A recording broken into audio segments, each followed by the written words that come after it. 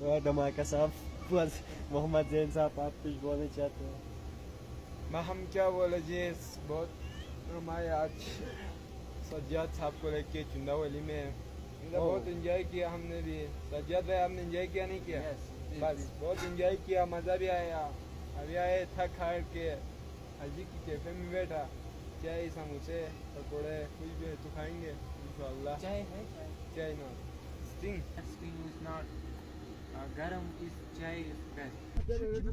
एक मिनट, उधर उधर किधर है? 3-4 दाने ले वो गाइस इधर देखो, पूरा फैमिली बैठा हुआ है। इधर डैडी जी खुरी ये ले द देखो, शॉर्ट भाग गया। हाँ अभी हम जा रहे हैं चुंदावली।